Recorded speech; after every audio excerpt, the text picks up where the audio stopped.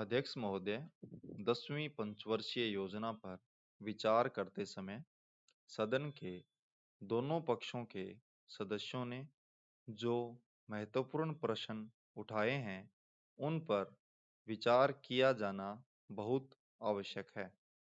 अध्यक्ष महोदय, 9वीं पंचवर्षीय योजना का अब अंतिम वर्ष चल रहा है और इस योजना के अंदर जो चीजें कही गई हैं, ऐसा लगता है कि उसके अंदर परिवर्तन करना कठिन है, बदला भी नहीं जा सकता।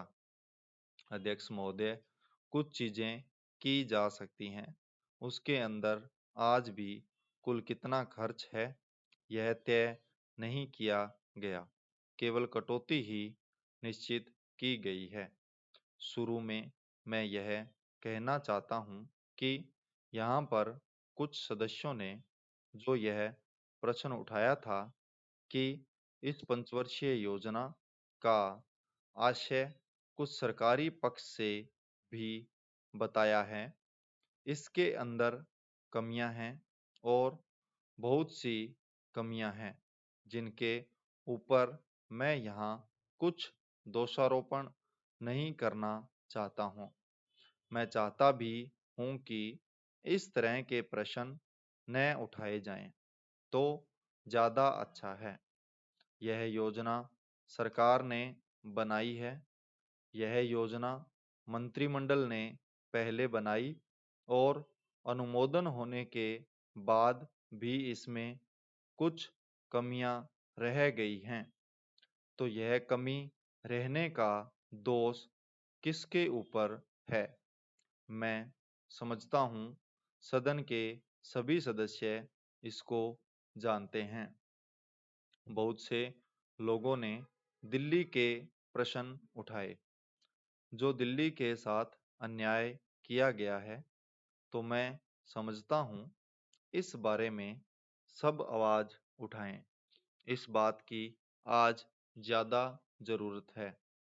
मैं यह कहना चाहता हूँ भारत सरकार से, या जिन्होंने ये सारी योजनाएं बनाई, उन्होंने वास्तव में यहाँ के साथ बड़ा बुरा किया, यहाँ के साथ अन्याय किया, क्योंकि उन्होंने इस पंचवर्षीय योजना को बनाते समय ध्यान नहीं दिया कि क्या योजना बना रहे हैं, गलत बना रहे हैं या सही बना रहे हैं, इनसे क्या लाभ हानि होगा, इन सब बातों पर उन्होंने विचार नहीं किया।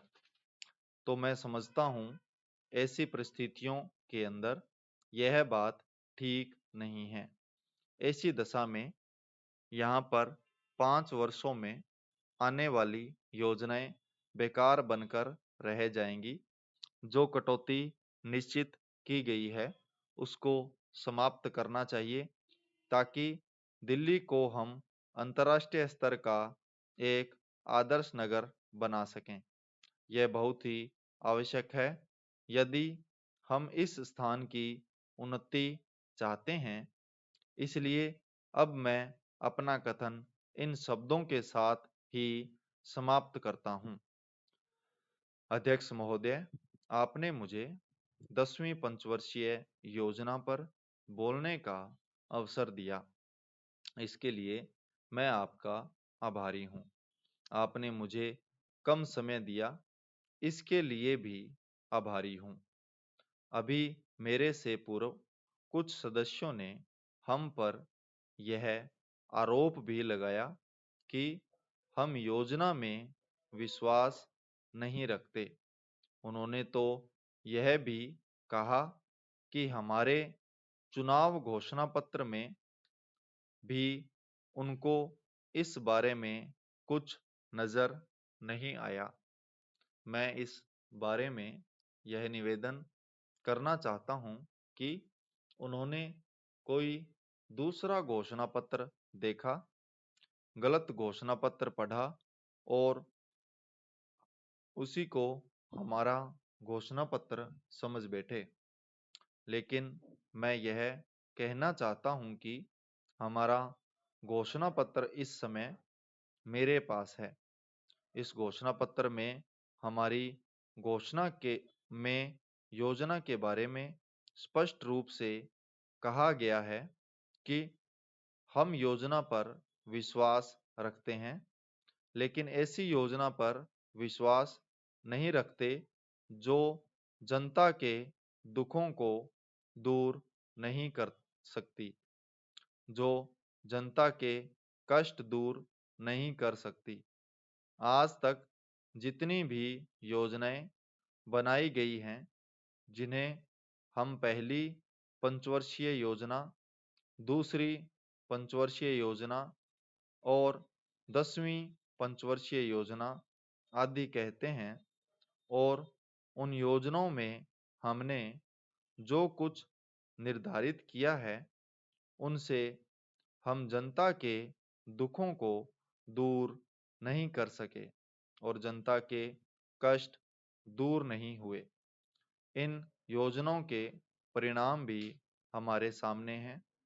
बड़े बड़े अनुभवी बैठे, उन्होंने योजनाएं बनाई, लेकिन योजनाएं ठीक प्रकार से कार्यान्वित नहीं की गईं। उन योजनाओं में काफी दोष थे, जिसके कारण ये योजनाएं लोगों के दुखों को दूर नहीं कर सकीं। लोग दुखी ही रहे।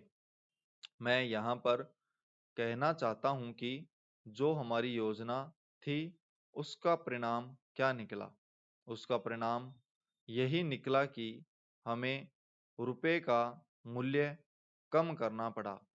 जो योजना होती है, वह राष्ट्र धन को ऊंचा करने के लिए बनाई जाती है, लेकिन हमारे सामने आंकड़े हैं। इसका परिणाम हमारे सामने है। हमने अब तक 9 पंचवर्षीय योजनाएं कार्यान्वित की है, लेकिन हमारी प्रति व्यक्ति आय में और जीवन स्तर में अपेक्षित वृद्धि नहीं हुई है। यह दुख की बात है। मैं यह कहना चाहता हूं कि हमारा ऐसी योजना में विश्वास नहीं है जो जनता के कष्टों को, जनता के दुखों को दूर न कर सके।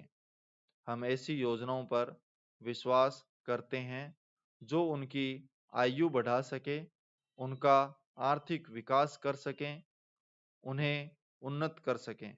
संपूर्ण विराम।